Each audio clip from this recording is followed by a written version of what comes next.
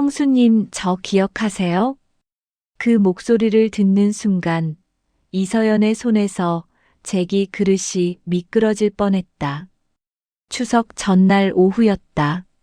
충남 예산 남편 진우의 본가 마당. 햇살이 역광으로 쏟아지는 대문 앞에 한 남자가 서 있었다. 키가 크고 어깨가 넓었다. 세월이 얼굴에 깊이를 새겨놓았지만 그 눈빛만은 서연의 기억 속 그대로였다.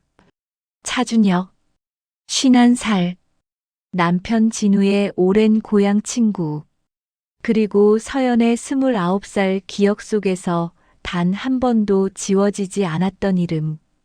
사연 시작 전 구독과 좋아요 눌러주시면 큰 힘이 됩니다. 29의 서연은 그를 사랑했다. 아니, 사랑이라는 말로는 부족했다. 그와 함께했던 인연은 서연의 인생에서 가장 뜨겁고 가장 아팠던 시절이었다. 그는 해외 건설 현장 일 때문에 떠났고 서연은 기다리다 지쳐 다른 사람과 결혼했다. 공항에 나가지 않았다. 마지막 순간에 발길을 돌렸다. 그게 체념인지 자존심인지 지금도 알 수 없었다. 그냥 그렇게 끊어졌다. 첫 번째 결혼은 오래가지 못했다. 서연은 이혼 후 딸을 혼자 키웠다. 진우를 만난 건 46이었고 재혼은 3년 전이었다. 그 사이 준혁의 소식은 단 한 번도 들은 적이 없었다. 그런데 지금 20년 만에 그가 눈앞에 있었다. 서연은 굳어버린 얼굴로 억지 미소를 지었다. 인사를 했다. 목소리가 떨리지 않기를 바랐다. 준혁도 짧게 인사했다. 예의 바르고 담담한 표정이었다. 그러나 그 눈빛이 서연에게 너무 오래 머물렀다. 친척들은 오랜 친구가 왔다며 반겼고 진우는 활짝 웃으며 그의 어깨를 두드렸다. 진우는 몰랐다. 두 사람의 과거를. 서연은 그날 오후 내내 준혁의 시선을 피했다. 부엌에서 전을 부칠 때도, 마당에서 아이들이 뛰어노는 걸 볼 때도, 친척들이 왁자지껄 웃는 저녁 식사 자리에서도 그의 눈길이 어디로 향하는지 느껴졌다. 고개를 돌리지 않아도 알 수 있었다. 20년이 지났는데도 몸이 기억하고 있었다. 저녁이 됐다. 친척들은 술자리를 이어갔다. 아이들은 마당에서 뛰어다녔다. 진우는 오랜 친구를 만난 기쁨에 얼굴이 붉어져 있었다. 서연은 부엌에서 설거지를 마치고 슬그머니 마루 끝에 앉았다. 서늘한 가을 바람이 옷깃을 파고들었다. 그때 마루 쪽에서 발소리가 들렸다. 준혁이었다. 그는 서연 옆에 와서 말없이 섰다. 담배 한 개비를 꺼내다가 멈칫하더니 다시 집어넣었다. 두 사람 사이에 흐르는 공기가 달랐다. 말 한마디 없이도 숨소리만으로도 20년의 공백이 천천히 좁혀지는 느낌이었다. 잠 못 자? 그가 먼저 말했다. 아직 일찍이잖아요. 그러네. 짧은 대화였다. 그러나 그 짧음 속에 담긴 것이 너무 많았다. 서연은 자리에서 일어섰다. 더 있으면 안 됐다. 방으로 돌아와 누웠지만 눈이 감기지 않았다. 천장을 바라보며 서연은 생각했다. 그가 왜 하필 이 명절에 나타난 걸까? 왜 하필 진우의 친구로? 왜 하필 그 눈빛이 하나도 변하지 않은 걸까? 이 명절이 조용히 끝나지 않을 것이라는 걸 서연은 이미 알고 있었다. 다음 날 오전이었다. 진우는 아침 일찍 형과 함께 읍내 철물점에 나갔다. 고칠 데가 있다며 공구를 사러 간다고 했다. 친척들은 늦잠을 자거나 거실에서 TV를 보고 있었다. 마당은 한산했다. 준혁이 조용히 서연 곁으로 왔다. 잠깐 나갈 수 있어? 마을 끝에 찻집 하나 있어. 서연은 가지 말았어야 했다. 알고 있었다. 그러나 발은 이미 신발을 향하고 있었다. 마을 끝 오래된 찻집이었다. 세월의 흔적이 곳곳에 배어 있는 작은 공간이었다. 먼지 앉은 나무 테이블, 낡은 액자들, 창밖으로 황금빛으로 익은 벼가 끝없이 펼쳐져 있었다. 주인 할머니가 대추차 2잔을 소리 없이 내려놓고 안으로 들어갔다. 2사람만 남았다. 준혁은 차 잔을 한참 바라보다가 입을 열었다. 해외 나가기 전에 연락 한 번은 했어야 했는데. 지난 얘기야. 지난 얘기가 아니어서 이러는 거잖아. 서연은 손을 무릎 위에 꼭 쥐었다. 준혁의 말은 틀리지 않았다. 20년 전 그가 떠나던 날 서연은 공항에 나가지 않았다. 이유를 스스로도 제대로 몰랐다. 무서웠던 건지, 자존심이었던 건지, 아니면 그냥 포기였던 건지. 행복해? 준혁이 물었다. 서연은 대답하지 못했다. 행복하지 않은 건 아니었다. 진우는 좋은 사람이었다. 성실하고 다정했다. 그러나 그 질문 앞에서 쉽게 예스라고 말할 수 없었다. 무언가가 늘 비어 있었다. 결혼 생활 속에서도 재혼 이후에도 이름 붙이지 못한 그 빈자리. 준혁은 오래 서연을 바라봤다. 그 시선이 너무 오래 머물렀다. 서연은 자리에서 일어섰다. 그만 가자. 밖으로 나왔을 때 바람이 불었다. 서연의 머리카락이 얼굴을 스쳤다. 준혁이 손을 뻗었다. 머리카락을 귀 뒤로 살짝 넘겨주는 것뿐이었다. 찰나의 접촉. 그러나 그 짧은 온기가 서연의 손끝에서 어깨를 타고 가슴까지 번졌다. 돌아오는 길은 말이 없었다. 그러나 2사람 사이의 공기는 찻집에 들어갈 때와 달라져 있었다. 본가에 돌아오니 형수가 마당에 서 있었다. 2사람이 함께 들어오는 걸 봤다. 형수의 눈이 한순간 멈췄다가 다시 움직였다. 서연은 그 시선을 읽었다. 짧지만 날카로운 눈빛이었다. 그날 저녁 식탁 분위기가 미묘하게 달라져 있었다. 누가 말을 꺼낸 건 아니었다. 그러나 서연은 느꼈다. 친척들의 시선이 어딘가 어긋나 있다는 것을. 밤 잠자리에 누운 서연은 낮의 장면들이 자꾸 머릿속에서 재생됐다.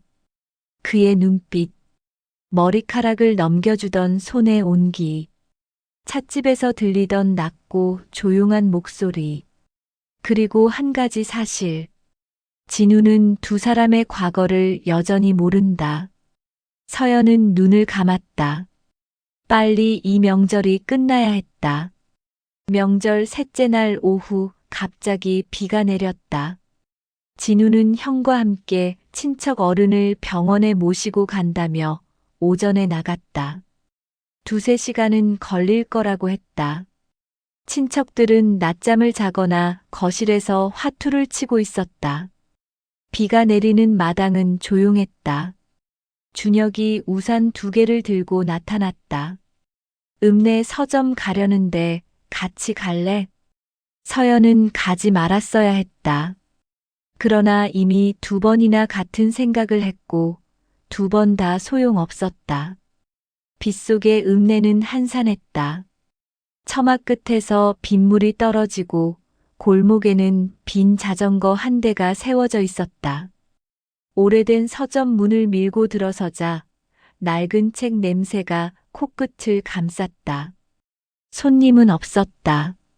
준혁은 책장 사이를 천천히 걸으며 한 권을 꺼냈다. 표지가 낡고 색이 바랬다. 서연은 그 책을 보는 순간 숨이 멎는 듯했다. 29, 두 사람이 함께 읽었던 소설이었다. 아직 기억하고 있었어? 준혁은 대답 대신 서연을 바라봤다. 빗소리가 창을 두드렸다. 서점을 나오니 비가 더 굵어져 있었다. 두 사람은 가까운 작은 카페로 뛰어들었다. 옷 어깨가 젖어 있었다. 준혁이 카페 냅킨을 집어 서연의 젖은 어깨를 조용히 닦아줬다. 서연은 그 손이 어깨에 닿는 순간 숨을 참았다. 창가에 나란히 앉았다. 빗소리, 커피 향, 그리고 긴 침묵. 준혁이 먼저 말했다. 그때 내가 연락을 끊은 게 아니야. 내가 전화를 안 받은 거야. 서연의 심장이 조용히 내려앉았다. 알아. 그럼 왜? 무서웠어. 내가 가면 내가 무너질 것 같아서. 오래된 진실이 빗속에 천천히 풀렸다. 서연은 눈물이 날 것 같았지만 참았다. 여기서 울면 안 됐다. 진우와 결혼한 지 3년이 됐다. 이미 선택한 삶이 있었다. 준혁은 말없이 서연의 손등 위에 자신의 손을 살짝 얹었다. 잠깐이었다. 그러나 그 온기가 서연의 손목을 타고 가슴까지 번지는 데는 오랜 시간이 필요하지 않았다. 20년치 감정이 그 손 하나에 다 담겨 있는 것 같았다. 비는 그치지 않았다. 두 사람은 한참 더 그 자리에 앉아 있었다. 창밖에 흔들리는 가로수, 빈 골목, 멀리 보이는 들판. 집으로 돌아가야 했다. 그러나 일어서는 발이 무거웠다. 돌아오는 길에 진우에게 전화가 왔다. 어디야? 나 곧 들어가. 서연은 평온한 목소리로 대답했다. 읍내 잠깐. 금방 갈게. 전화를 끊고 준혁을 바라봤다. 그는 아무 말도 하지 않았다. 그냥 고개를 한번 끄덕였다. 그것으로 충분했다. 두 사람은 말없이 본가로 돌아왔다. 명절 마지막 날 밤이었다.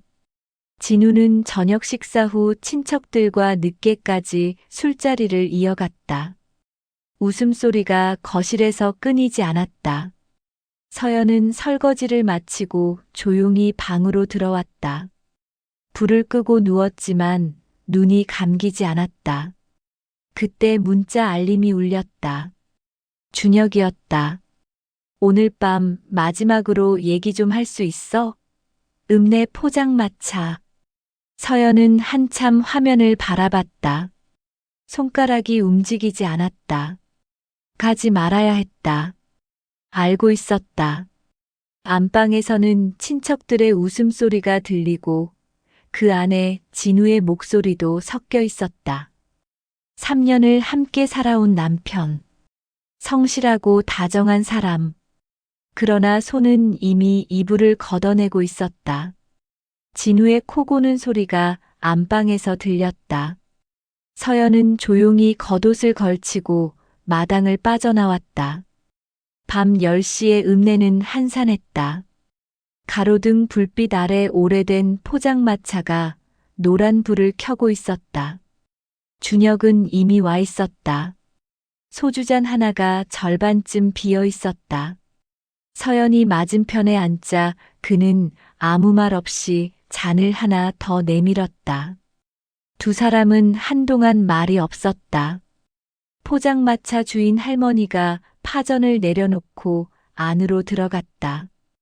기름 냄새와 가을 바람이 섞였다. 어디선가 귀뚜라미가 울었다. 준혁이 먼저 잔을 들었다. 서연도 따랐다. 소주 한 잔이 목을 타고 내려갔다.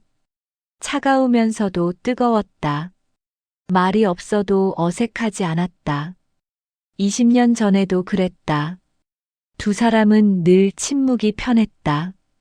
내일 서울 올라가. 준혁이 말했다. 알아. 그래서 하고 싶은 말이 있었어. 서연은 잔을 내려놓았다. 20년 동안 한 번도 잊은 적 없어. 그 말이 밤 공기 속에 조용히 번졌다. 서연은 대답하지 않았다. 대답할 수 없었다. 그 말이 거짓이 아니라는 걸 알고 있었기 때문에. 소주잔이 비워지고 다시 채워졌다. 파전이 식어갔다. 두 사람은 오래된 이야기들을 천천히 꺼냈다. 29의 여름 함께 갔던 바닷가, 읽었던 책들, 나눴던 말들. 기억들이 술과 함께 흘렀다. 1시간쯤 지났을까? 준혁이 일어섰다. 서연도 따라 일어섰다. 두 사람은 말없이 걸었다. 가로등 불빛이 드문드문한 골목이었다.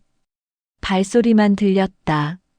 골목 끝, 불 켜진 건물 앞에서 준혁의 발이 멈췄다. 서연도 멈췄다.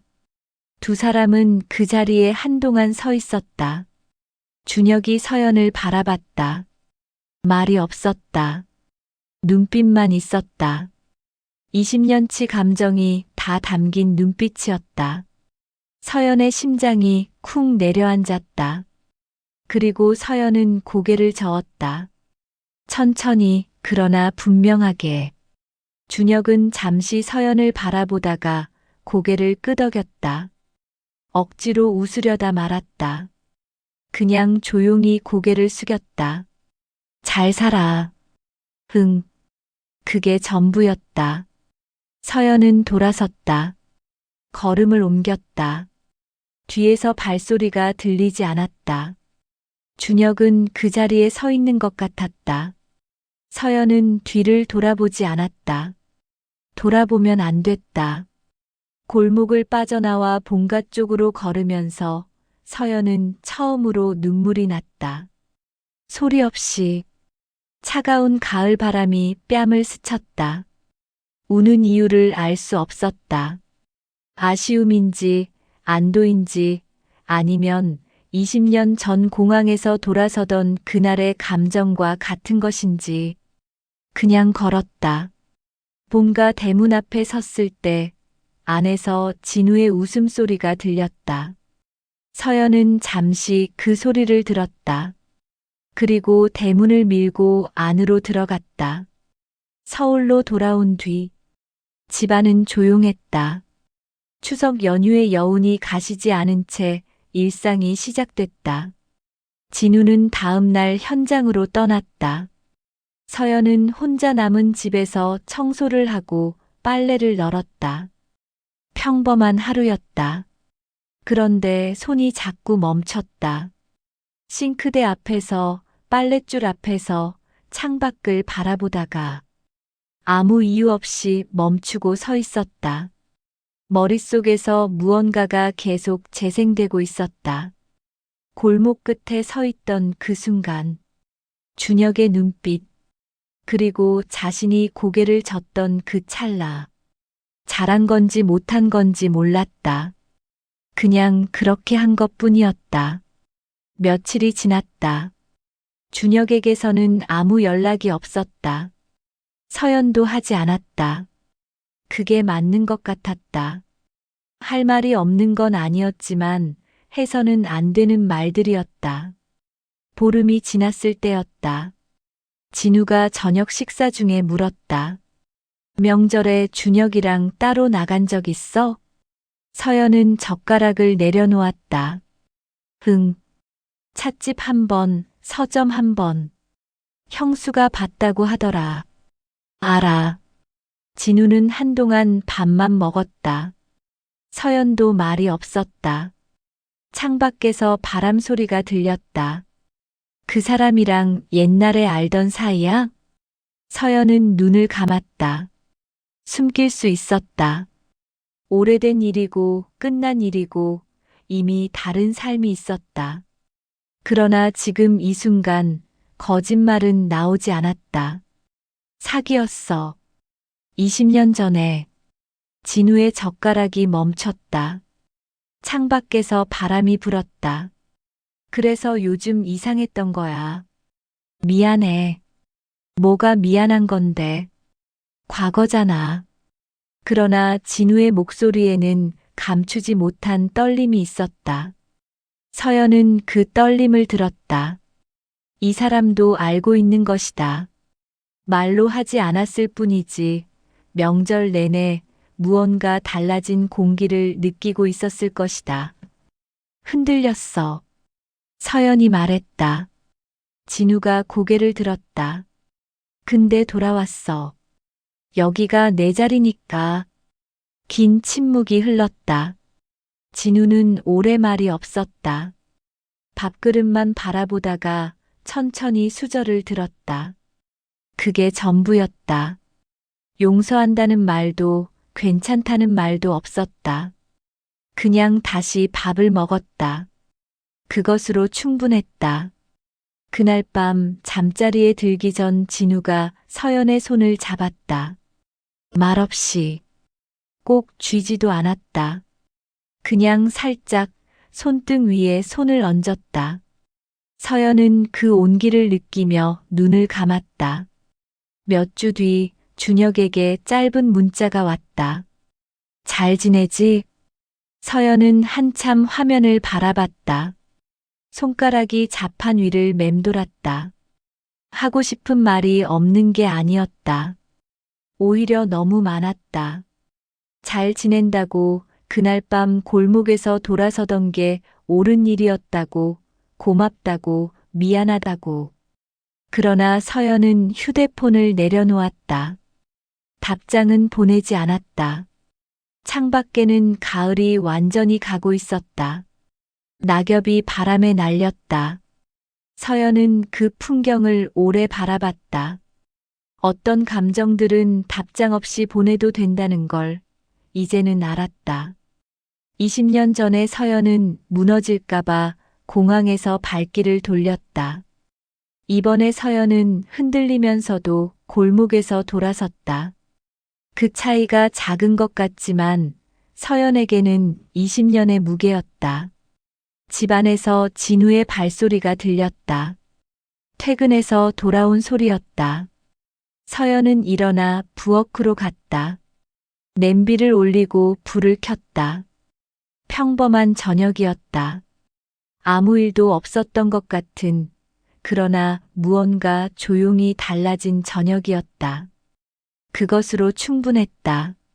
제 사연이 마음에 와닿으셨다면 주변에 알려주시고 힘낼 수 있도록 오른쪽 아래 빨간색 구독 버튼 눌러주세요.